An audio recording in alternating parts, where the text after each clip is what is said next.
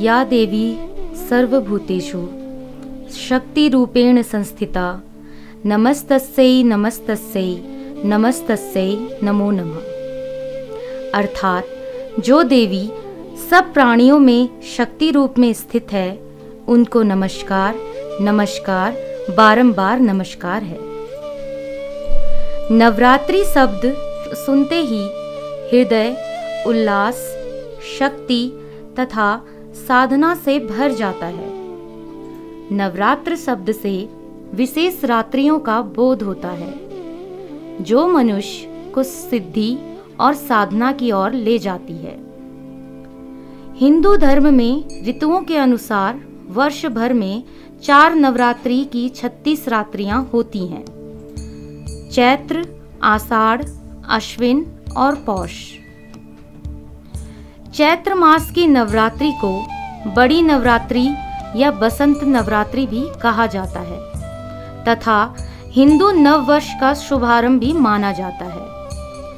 आषाढ़ और पौष की नवरात्रि को गुप्त नवरात्रि कहा जाता है तथा अश्विन माह की नवरात्रि को शारदीय नवरात्रि कहा जाता है।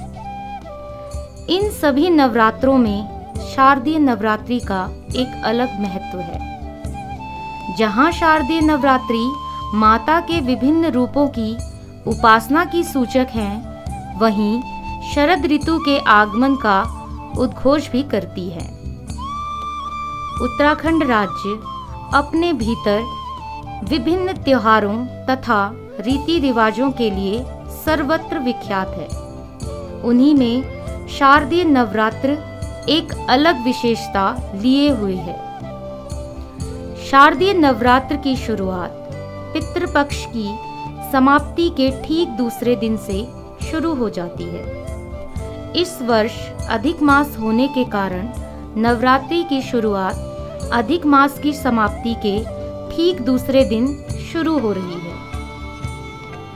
उत्तराखंड में शारदीय नवरात्र के पहले दिन हरेला बोने की प्रथा है, जो देवथलों यानी देवी देवताओं के लिए होता है, जिसमें 2 अनाज यानी जौ और सरसों को बोया जाता है तथा हरेले की टोकरी में 9 पत्थर रखे जाते हैं, जो कि नव दुर्गा के प्रतिमान होते हैं तथा रोजाना इनकी पूजा की जाती है।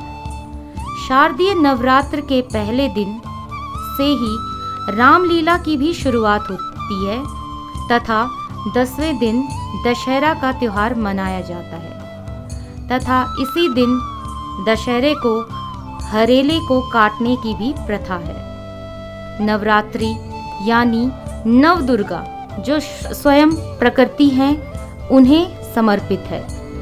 इस नवरात्र आइए हम आपको उत्तराखंड के सुदूर जिले पिथौरागढ़ के कुछ रमणीक देवी माँ के मंदिरों के दर्शन कराते हैं।